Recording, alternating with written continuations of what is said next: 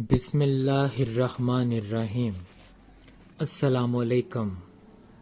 نئے لیکچر کے ساتھ آپ کا معلم نادر شاہین آپ کی خدمت میں حاضر ہے۔ اس دعا سے آج کے لیکچر کا آغاز کرتے ہیں۔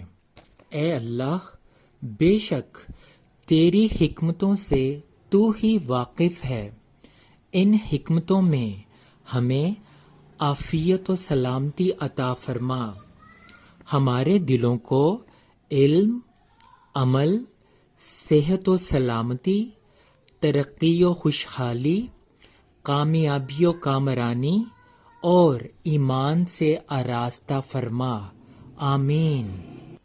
گزشتہ لیکچر میں ہم نے ہجرت نبوی صلی اللہ علیہ وآلہ وسلم، آرام و سکون، خطوط نویسی اور ضرب الامثال جیسے عنوانات کی خاص باتوں پر بحث کی۔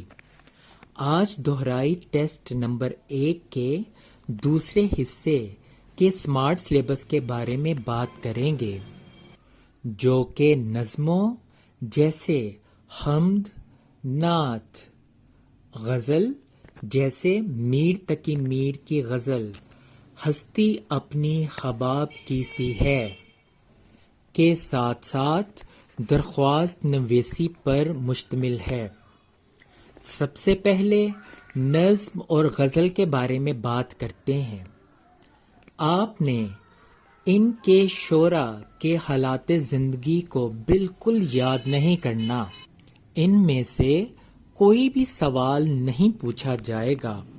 سب سے پہلے ان نظموں اور غزلوں کو اچھی طرح سے پڑھنا ہے، ان میں موجود ردیف، قافیے، مطلع، مقطع کی نشاندہی کرنی ہے۔ ان باتوں کو اکثر امتحان میں MCQs میں پوچھا جاتا ہے۔ نظم اور غزل پڑھتے وقت ان کے مشکل الفاظ کے معنی اشعار کے ساتھ ہی لکھ دینے ہیں، تاکہ جب بھی آپ ان کو پڑھیں آپ کو معنی بھی ساتھ ہی یاد ہو جائیں۔ پھر جو مشکل الفاظ آپ کو لگیں ان کو ہائی لائٹ کریں اور کاپی پر ان کی مشق کریں، تاکہ آپ سے وہ دوبارہ غلط نہ لکھے جائیں۔ پھر مشکل الفاظ کے معنی کی مدد سے اس شعر کو سمجھنے کی کوشش کریں اور اس کا مفہوم تیار کریں، جو کہ 1 سے 1.5 سطور پر مشتمل ہو۔ مثال کے طور پہ یہ شعر: قبضہ ہو دلوں پر کیا اور اس سے سوا تیرا، ایک بندہ نافرماں ہے حمد سرا تیرا۔ اس شعر میں جو مشکل الفاظ ہیں ان میں قبضہ، جس کا مطلب قابو، اختیار، سوا، اس کا مطلب علاوہ، بغیر، بندہ نافرماں، اس کا مطلب نافرمانی کرنے والا بندہ، حمد سرا، حمد بیان کرنے والا۔ اب اس شعر کا مفہوم صرف اتنا ہوگا کہ اے اللہ، لوگوں کے دلوں پر تیرا اختیار اس سے بڑھ کر کیا ہوگا کہ ایک گناہ گار اور نافرمانی کرنے والا انسان بھی تیری ہی حمد بیان کرتا ہے۔ اسی طرح غزل کا پہلا شعر: ہستی اپنی حباب کی سی ہے، یہ نمائش سراب کی سی ہے۔ اس شعر کے مشکل الفاظ: ہستی یعنی ہماری زندگی، حباب پانی کا بلبلا، نمائش یعنی دکھاوا، سراب دھوکہ۔ اب اس شعر کا مفہوم کچھ اس طرح سے ہوگا کہ یہ دنیا میں ہماری زندگی پانی کی بلبل کی طرح مختصر ہے، اور یہ دنیا ایک دھوکے کے سوا اور کچھ نہیں۔ اس سے زیادہ آپ اشعار کا مفہوم نہیں لکھیں گے۔ اب آپ اشعار کی تشریح کے بارے میں کچھ باتیں اپنے ذہنوں میں محفوظ کر لیں۔ نظم یا غزل کی تشریح لکھنے سے پہلے حوالہ نظم یا حوالہ غزل دینا ہے، جیسے ہم اقتباس کی تشریح کے آغاز میں دیتے رہے ہیں۔ حوالہ نظم یا حوالہ غزل دیتے وقت غزل یا نظم کا نام اور شاعر کا نام لکھنا ہے۔ اس کے بعد شعر کا لفظی مفہوم لکھنا ہے، جو کہ 1 سے 1.5 سطور پر مشتمل ہو۔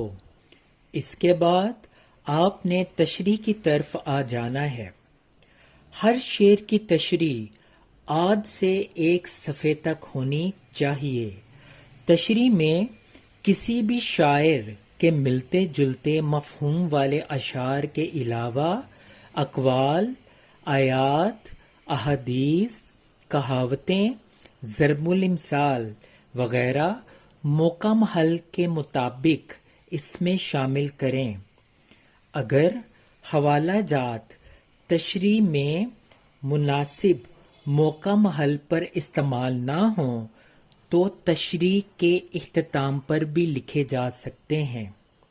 غزلیات کے اشعار چونکہ متنوع اور ہمہ گیر ہوتے ہیں، اس لیے ان کو لکھتے وقت ان کے تمام پہلوؤں کو پرکھ کر ان کی تشریح کریں۔